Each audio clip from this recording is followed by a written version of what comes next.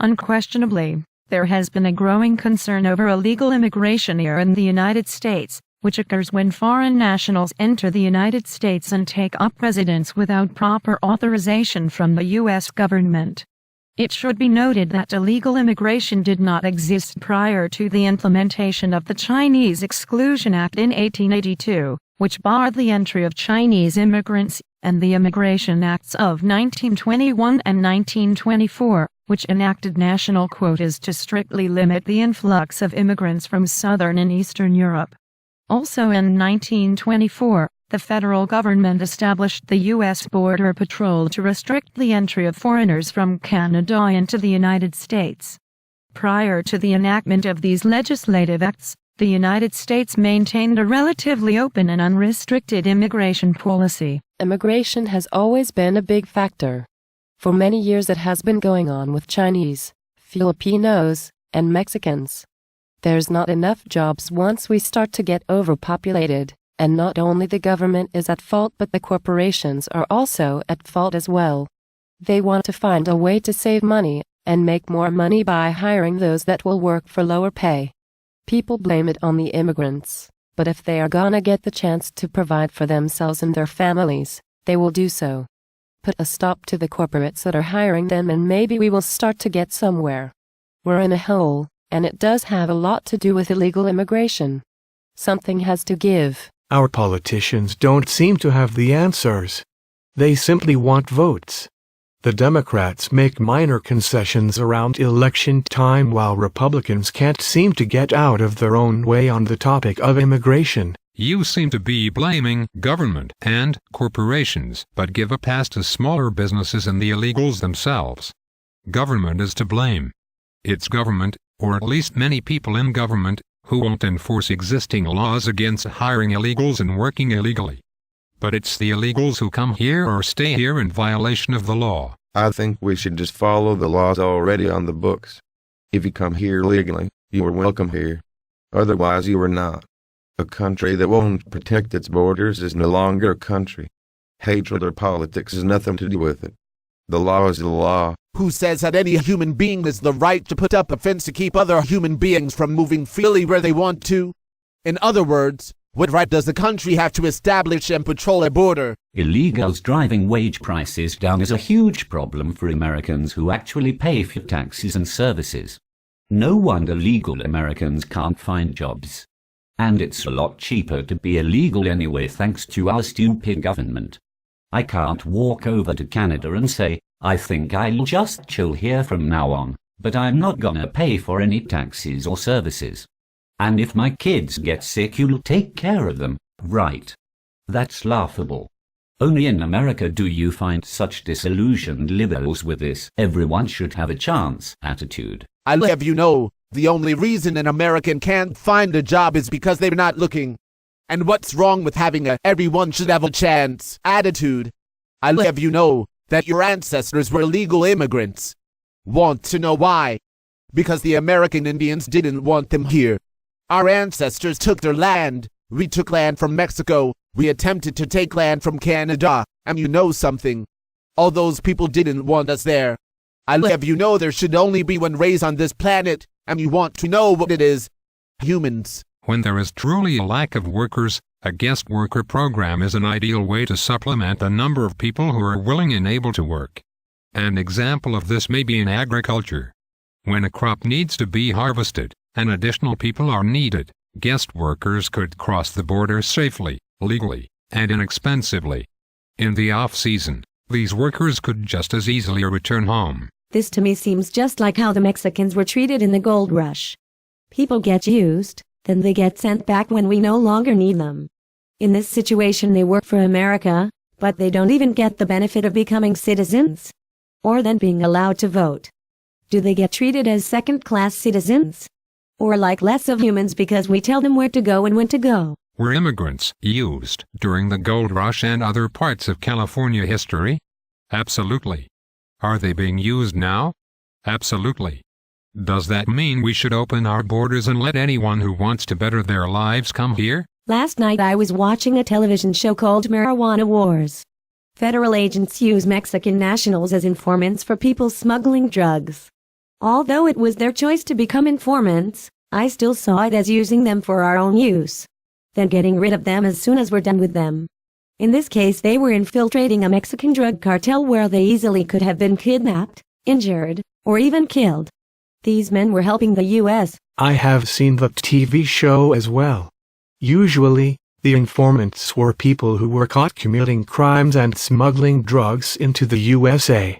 I ask, if we don't use them for information and to create end roads to getting at the cartels, what should we do to stop drugs making their way into the USA? During the mid-1990s, public furor over illegal immigration reached new heights in California and quickly became one of the state's hottest political issues.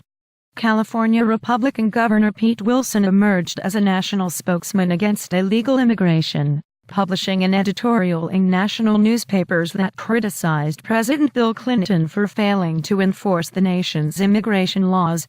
The Clinton administration ultimately responded by hiring an additional 600 Border Patrol agents, but a political backlash against illegal immigration had been born. During 1993, Wilson proposed several anti-illegal immigrant bills to the California state legislature, including the denial of health care, education, and driver's licenses to undocumented immigrants. Wilson's most controversial proposal called for the denial of U.S. citizenship to children born in the United States to undocumented mothers. Many people contend that illegal aliens fill a need by doing work Americans won't do. I say this is mostly incorrect. What can't be denied is the impact illegal workers have on many businesses that have no lack of willing workers who are American citizens. One example is in the construction industry. In some cases, it's the illegals themselves running a construction business, and in many cases, it's otherwise legal contractors cheating the system and exploiting the illegals by paying them less than the free market would otherwise bear. In virtually all of these cases, the businesses that use illegal workers are not paying for workers' compensation and unemployment insurances, which cheats the workers themselves, and cheats everyone else, other businesses and consumers, by driving the cost of premiums higher. Additionally, local, state, and federal taxes are not being paid in many cases, which hurt everyone. So we punish the illegals because the business hired them to cheat the system? I think we should punish illegals for coming here illegally, and for working here illegally. Much more importantly, I think we should punish those businesses harshly for hiring and using illegals. How harshly in these situations can be debated, but it should be enough of a punishment to completely deter someone from doing it again. What is unfortunate is that many politicians consider illegals, especially from south of the border, to be a source of votes and other support, even though it's illegal for illegals to vote. Instead of enforcing existing laws, such politicians ought best look the other way, and in many cases promote and endorse illegal activity. It doesn't matter how you look at the issue, illegals cost us infinitely more than they save us. Trying to Google a reliable number is futile, but clearly, having illegal aliens here in the United States costs us well over $100 billion a year. And many sources report that it's several times that amount. Also, setting aside the cost in dollars, you need to include the personal costs to many. Tens of thousands of people have been victims of violent crimes committed by illegal aliens currently being held in California's prisons and jails.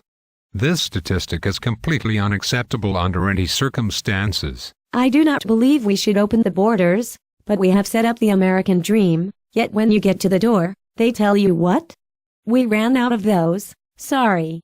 Why are we pushing away people who want to learn and work? You seem to confuse legal immigration with illegal immigration. Do you acknowledge that people who come here after following the law should be treated differently than those who break the laws of the USA by coming here illegally? It's just hard for me to see why we discriminate against certain immigrants and how we group them all together and say they are criminals and drug dealers. We do not talk about Canadians or Europeans immigrating here the same way we talk about Mexicans immigrating here. The Department of Homeland Security says that in 2008, 75% of illegal aliens were from south of the border, and most of those were from Mexico. In California, the percentage is much greater than 75%. You don't want them called criminals. But they are criminals, every single one of them. Is it a different level in the drug crimes and violent crimes that many of them commit? Sure, but they are still criminals by their act of entering the USA illegally or overstaying their visa. I know that the majority of them are just trying to better their lives, but that doesn't make it okay to break the law. You stated that you do not believe we should open the borders. So, if they sneak in, it's okay, but otherwise they can't come? That doesn't make sense. Either they're welcome or they're not. I don't think it's as black and white as you're welcome or you're not. These are people's lives you're talking about. Yes, it's people's lives, but that does not mean they can ignore the law. And what about the multitudes of others waiting in their own countries to immigrate legally? Let them all come. Let them all come. I do not support unrestricted immigration for many reasons. If the people who wish to come to America can't get here legally, I ask, is it okay to come here illegally in contradiction of our laws? Since they are here illegally, what services and benefits are they entitled to? Should education for their young be free, or should they be told they cannot attend out public schools? I welcome those who come to the USA after following the rules and regulations. I do not welcome criminals. If you come here illegally, you are breaking the law. You are entitled to nothing. If you make babies while here illegally, the U.S. Constitution's 14th Amendment says they are citizens. They can stay, but you cannot. Or you can take them home with you, and they can return when they are able. Well, I agree with you completely, but with our current administration, that wacko liberal is more likely to get his way than we are to get ours. That is the truth.